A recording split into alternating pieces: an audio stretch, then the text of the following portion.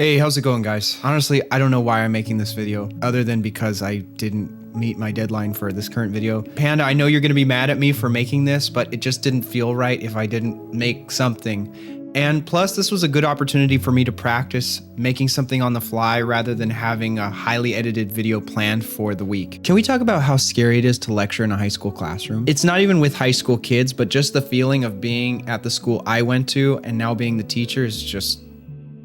I still feel like a kid. I have pink braces, for God's sakes. For being really nervous going into this, like super nervous. Despite the fact that I've been teaching for 5 years, I didn't know what I was getting myself into. I knew I could do it at the end of the day, but there was always this looming feeling of nervousness deep down in my gut. I was very fortunate to learn back when I was in school that the feeling of nervousness that you get deep down inside is actually a good thing. It means you really care about doing a good job. Now, obviously, you don't want to be nervous to the point that it completely paralyzes you from doing the thing that you set out to accomplish, but you want a little bit of nerves keeping you in check, keeping you humble, as it were. The idea of standing in front of a board and giving a lecture for an hour and a half long was pretty daunting. I'm sure you may have had an experience where you had to go up and give a 5-minute presentation in front of the class, and that is scary. So imagine doing a presentation like that, but for an hour and 30 minutes, and you have to keep everyone engaged. You have to do a good job and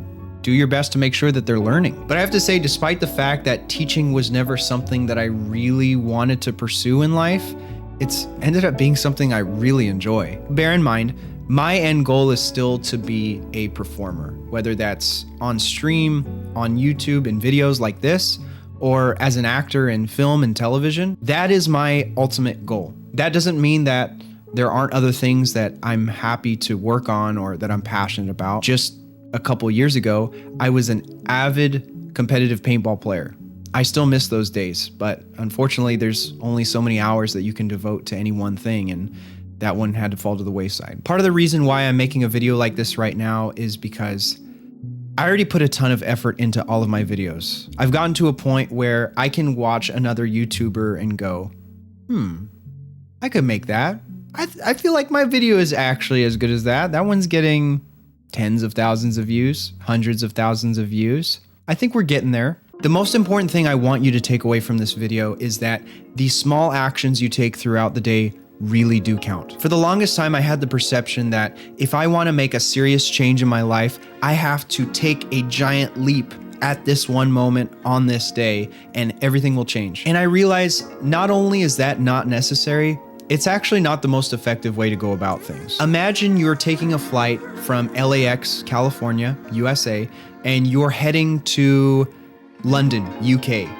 It's a straight shot if you're taking a plane, obviously. If you imagine the direction that that plane is going and shift it only by a few inches, over the course of that entire journey, you're gonna end up in a completely different country. Think about this in parallel with your own life. You decide, I want to start working out. For a week, you get up early and you go to the gym and you work out really hard, and then after that week, you're exhausted and you can't take it anymore. Well, part of the problem is you just did too much too fast and you weren't used to it and you burned out, and you realize how kind of unpleasant it is, and it was not an effective long-term strategy. So what do? You take tiny incremental steps to get to where you want to be.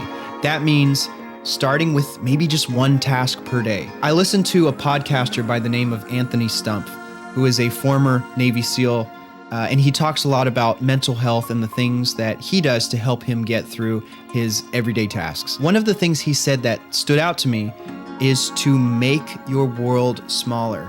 It's very easy to get wrapped up in the bigger picture, the things that are happening here or there. Remember, in this immediate vicinity, if we're talking about me in this frame right now, the only thing I can worry about is what's within these 4 walls at this very moment. The only thing I have to worry about is getting through the rest of this video and making sure that I communicate my message to you as effectively as possible. As soon as you learn to compartmentalize all of the outside stimuli that might be bombarding you, you'll have an easier time with managing simple tasks one at a time. Maybe your goal is just to improve your overall attitude towards life.